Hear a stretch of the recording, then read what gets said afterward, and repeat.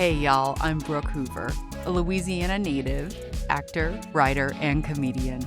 I've lost 100 pounds through diet and exercise, or shall I say, lifestyle changes. My 20-year and counting health journey has taught me that just like taking a diet pill for weight loss, body positivity doesn't magically happen overnight.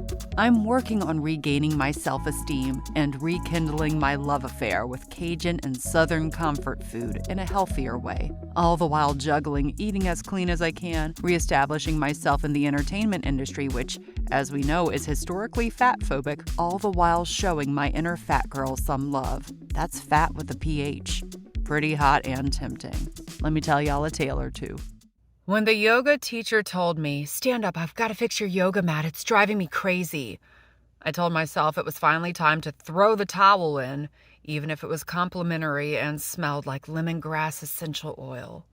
My diagonally placed yoga mat was messing up my sense of calm too, but I was trying to focus on my ujjayi breathing instead. Isn't that what a good yogi is supposed to do?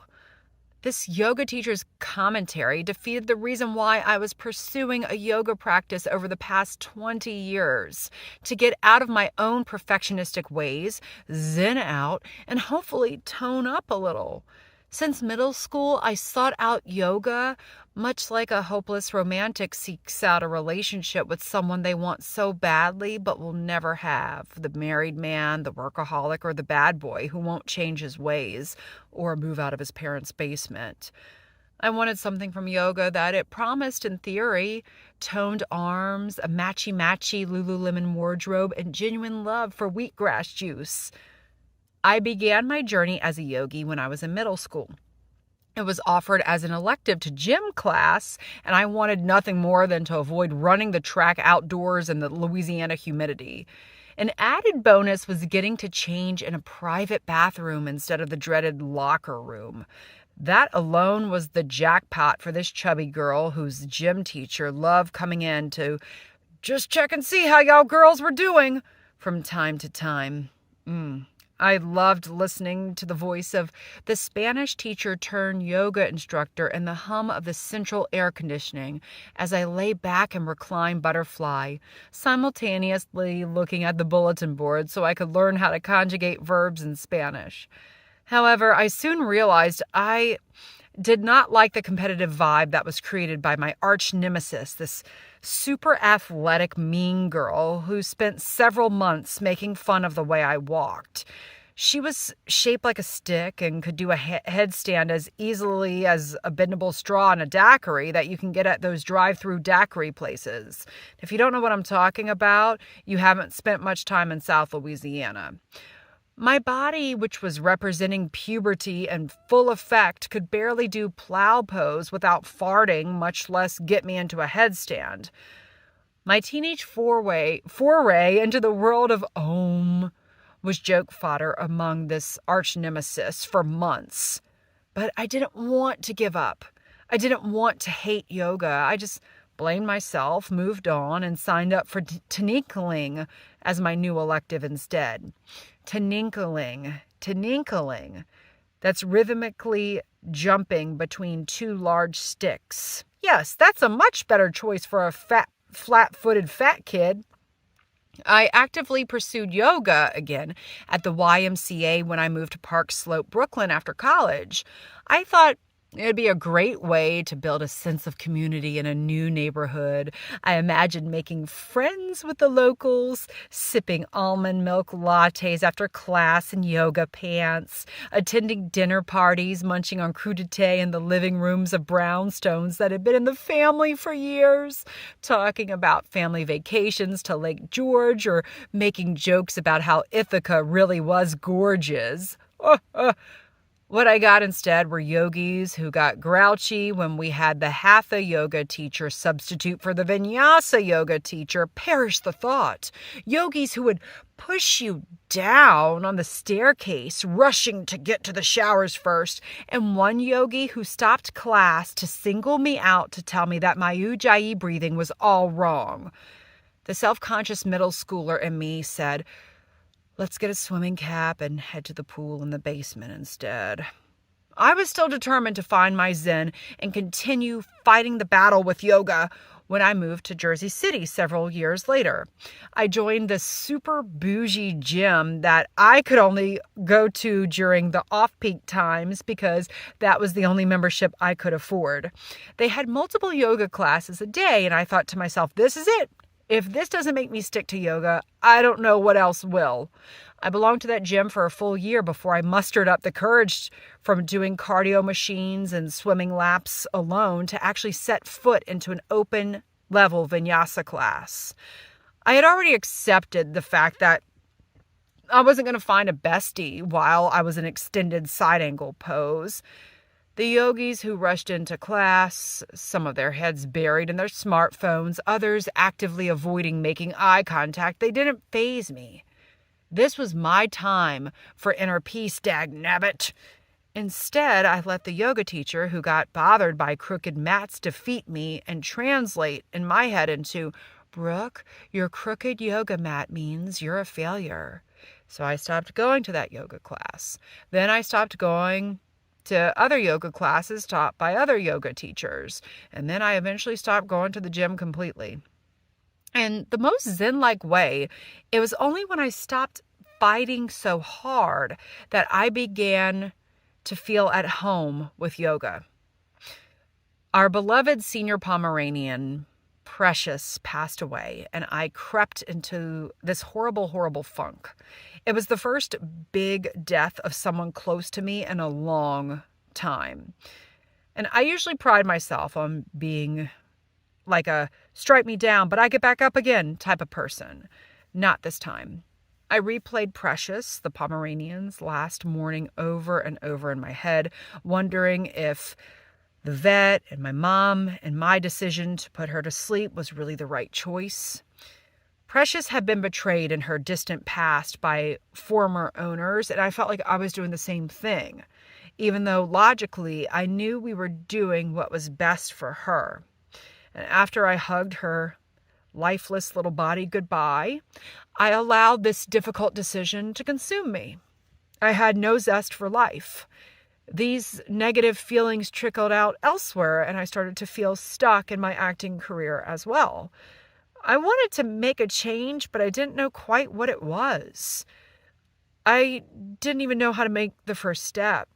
The controlling person in me wanted to just snap my fingers and make it all 110% better again right then and there. And instead of taking the time to allow myself to grieve for Precious, aka Prash, I beat myself up for not being able to just flip the switch and go right back to my usual joie de vivre, or forced joie de vivre. I was furious at myself for resorting to being a blubbering idiot most days when I could have chosen to focus on the wonderful years we gave a Pomeranian who came from an abusive home. I thought of her on the cold silver veterinarian table, instead of the trips we took her on, including the popular South Jersey attraction Lucy the Elephant. Instead of thinking about the web series we created that starred Precious and our other senior rescue pom, Kibbles. Pageant Pom Mom. Pageant Pom Mom. It's available on YouTube. And the way that Precious would hop when it was time for a treat, and we would call her Jimmy Hoppa. My funk-like state, it went from mind to my body, and soon I got a cold that lasted for a month in the summertime. It's crazy.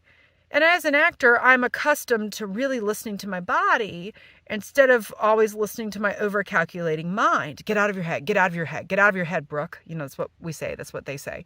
So I gave in one day when my body screamed at me, I feel like garbage. I know you're sad and sick with your head cold, you poor baby, but you need to get up and move, girl. I guess that's my body's voice. Sounds a little like a funny voice. But it was like an inner spark had crawled up my butt. Or maybe it was a certain Pomeranian. Not that I meant that a Pomeranian crawled up my butt, but I think y'all know what I mean. I was on a mission, but without any goal in particular other than listening and accepting. A mission to listen and accept. I could do that. I pulled out my purple Lotus sticky mat, laid it on the living room floor, and pulled up the YouTube app on my iPad. I was joined by Kibbles as I typed yoga videos into the search bar. And Yoga pulled up a plethora of videos and showed the top ranking ones from a similar source, Yoga with Adriene. These videos aggregated by YouTube would soon become the best friend with whom I'd wanted to share matcha lattes, story of childhood vacations in the mountains, and my deepest, darkest secrets, like stealing a couple of towels and several single-use toothbrushes from my former bougie gym. Shh. After I completed my first yoga video, which was under 21 minutes, it was called Yoga Tone, I felt so accomplished. This was something new for me. I usually never applauded myself for baby steps in yoga or in life. I'm still a big go big or go home type of person, but I'm realizing you usually can't go big without first making a tiny baby step, and then another baby step, and then a toddler step, and then a teenage step, which sometimes means taking a step backward, and that's okay, and so on and so forth. Unlike my former experiences with yoga, doing yoga at home with Kibbles, sometimes sniffing on my mat or my face or my butt, and with Adriene's voice guiding me, I didn't feel judged or constrained by others or by my own negative mental playback. I also surprisingly did not berate myself for only doing a shorter time frame for classes of like 15 to 30 minutes instead of going and doing an hour-long class. I didn't say to myself, oh, you're not really doing yoga because you're doing it in the comfort of home and not at a studio. What surprised me most was that I stopped judging and criticizing myself without actively trying to do anything other than just pressing that iconic red play YouTube button. When it comes to an exercise regime, experts always say what works for you, you won't quit. Find what works for you, find what's fun for you, find what feels like a routine for you, and you'll keep it going. It will be added into your lifestyle. I had been doing it all wrong for the past 20-something years. I was trying to fit into this cookie cutter idea of what I thought a yogi should be instead of doing yoga for its true purpose. In my past yoga attempts, I was no different from those smartphone-obsessed yogis or the hatha yoga haters or the OCD yoga teacher who I all judged. But now yoga was becoming second nature to me, and it was the one time of day I didn't beat myself up. Adriene's vibe and approach to yoga really helped me get on that mat daily, even though she was miles away in Austin, Texas, and she had no clue that she was my new bestie. Adriene was and is so real, more so than any yoga teacher whose class I'd taken in person, other than my friend Amy. Shout out to Amy Fulgham, who does who does yin yoga. I was about to say Ven yoga. Yoga jokes. Amy is wonderful. I will be sharing her information with y'all. Always check out the Instagram. Adriene was so relatable with her funny Wu-Tang Clan references or jokes about her creaky old wood floor, and she would ask us to make a Texas tea with our arms when we were stretching out our torso. And unlike previous instructors, Adriene encouraged me and thousands of other viewers to find what feels good. That doesn't mean you have to bust into the perfect dancer pose. You find what feels good. Adriene respected the practice of yoga, but didn't take herself too seriously, which was exactly what I needed in yoga and in life. I wasn't surrounded by the flop sweat of fellow class attendees who I labeled as pretentious yoga snobs. I was just around myself and Kibbles when he decided to join me for a quick down dog with Precious's memorial, including her ashes and her portrait painted by one of my best girls, Arlie, staring right back at me saying, "You can do it, Gil." And after a few weeks of this, not everything was namaste and lotus blossoms. Old habits of judgment and negativity crept back in. My right foot in its severely fallen flat arch made any right-legged posture incredibly tough and frustrating. I could barely hold a proper like lunge where you're on your right leg and then you're twisting. So a twisted lunge. I could not balance when it was my right leg, using my right leg for tree pose. And I told myself while I'm trying to balance in these difficult for me poses that if I wasn't fat, if I had just sucked it up and done cross country instead of musical theater in high school, if I'd been born to parents who had beautiful high arches, that I'd be better at all this. My controlling thoughts and negative playback came out in full force, but I wouldn't let them make me stop doing yoga yet again. I'd finally found something that was working, and I wasn't going to walk away from it on my flat feet. Adrienne assured me, well, me and thousands of others on her YouTube channel, that it was totally cool if we weren't where we expected ourselves to be. While in a class or at a yoga studio or at a gym with actual people, I would have judged myself and used my unhealthy competitive spirit to force my left leg into my crotch and stand on my right leg, even if it sacrificed all of the pose's integrity. While safe at home, I stood there focusing on lifting through my right arch, my left toes still on the ground, just trying to say to myself, it's okay. It's okay. You're not perfect. There's no such thing as perfection, especially in yoga. Instead, I started focusing on the things I could do well and the progress I was making. I could hold a plank for almost 2 minutes, and that same plank led me to try crow pose, where you basically are using all your upper body strength to balance on your arms, like kind of like a geometric shape. And while I could not successfully execute crow in its entirety or at all, I did notice a strength in my upper body that said, maybe one day this will be possible. Don't stop. It is a practice. You know what? After almost a decade, I still can't do crow properly, and I stopped trying after I fell flat on my face and almost broke my nose. And that's fine by me because it's not my most favorite yoga pose. So I'll just let it go. That's what a yogi really does, right? But a yogi also notices baby steps. Like my tree, even on the bad right flat foot, has gotten more grounded. And I can elevate my left foot now above my knee. I used to hate to do tree pose on the bad right flat foot. And I mentally feel more grounded even when I wobble. That is the real accomplishment. That is the yoga we take into real life, when you feel grounded despite the wobbling. And this practice became like a healthy addiction because I wanted to show myself that not only could I do it once, but I could show up for my yoga practice and myself almost every day, even if I couldn't do it perfectly. Even after that little detour of negativity, I stopped my negative playback of all my failed yoga attempts in the past right in its tracks. I kept going, and I focused on just being in the present moment. And those same lessons began to translate into my everyday life. I realized that my acting career, instead of feeling stuck and focusing on all the things I had not yet done, the accomplishments I had not yet made, I patted myself on the back, and I did so easily thanks to the newfound upper body limberness from yoga, for what I'd accomplished thus far. I started celebrating Precious's life instead of focusing on her last moments and questioning if we failed her somehow.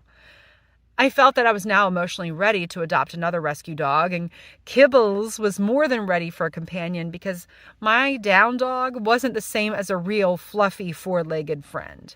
So we adopted Annie, a circa, at the time, 7-year-old Pomeranian who had been used as a puppy producer, caged in a puppy mill her whole life.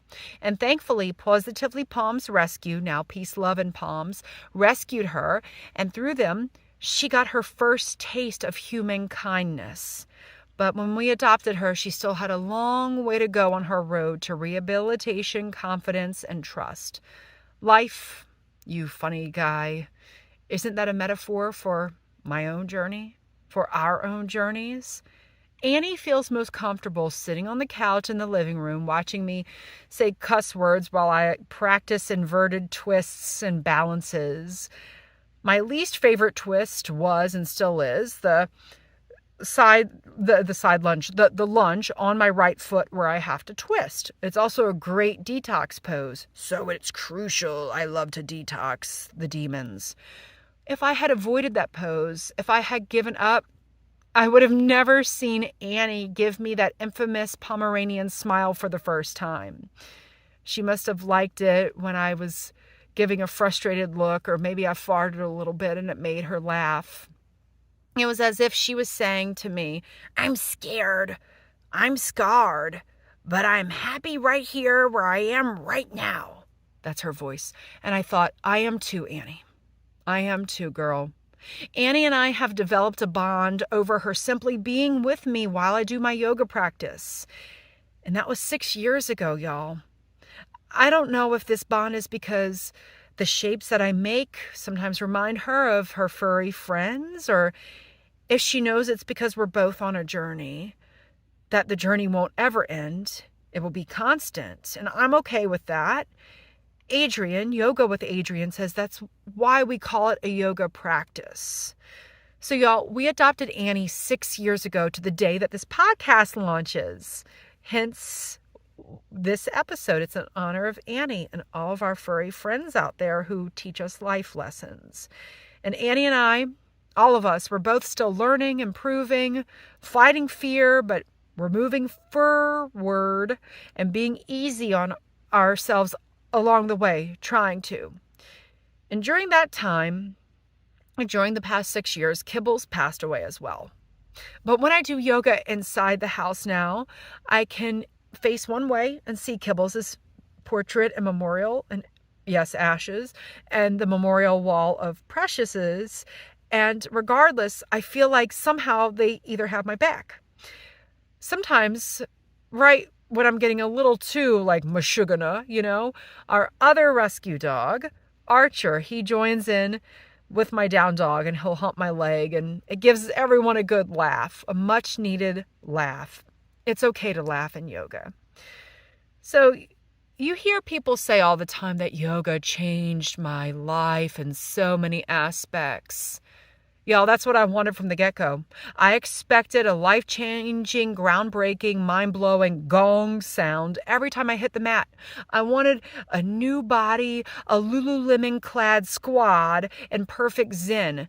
But it wasn't until I let go of this idyllic yoga lifestyle that I actually started getting benefits from the practice. This acceptance of letting life just be. That's what I was missing in all my other yoga attempts over the past 2 decades. And now I've added other yoga YouTube teachers to my repertoire, including but not limited to Yoga with Marina, Yoga with Travis Elliott, and Boho Beautiful. And as my body is getting stronger, I want to challenge myself, and I wanted to channel my energy to branch out to other yoga teachers, but I always come back to my beloved Yoga with Adrian videos and her dog, Benji. So I love that her dog also practices with her, because Annie and Archer always practice with me. By giving up control of having to have this flawless, flexible body and a perfect yoga practice, by giving up this notion that I need to wear $200 designer yoga athletic wear, and I can instead wear my ratty shorts, t-shirt, and no bra, I can laugh when I fall, fart, and make a fool of myself and realize true zen. Being a true yogi is being thankful each day that I am lucky enough to practice in a home surrounded by love and a lot of dog hair. Thanks so much for listening, y'all. It is my hope to inspire, uplift, and entertain you with this Who's Dat Fat Girl podcast. So, if you're hungry for more, you can book me to speak or perform my solo show that inspired this podcast, Fat Girl Costumes, written by yours truly and directed by Brian Lady at your virtual or in-person event. Please visit brookehoover.com/fluffybuttproductions or email me at contactbrookhoover@gmail.com for more info. And let's follow each other on Instagram. I'm at Brooke Hoover, and the O's in my name are not the letter O, they're zeros. Not because I want to be a size 0, but because I guess I'm just so clever with my late 90s Yahoo self. And if you like this podcast, which I really hope you do, please give me a 5-star rating and write a review on Apple Podcasts. And most importantly, share this with your friends, family, and other people you may know who are as fat as we are. That's fat with a PH.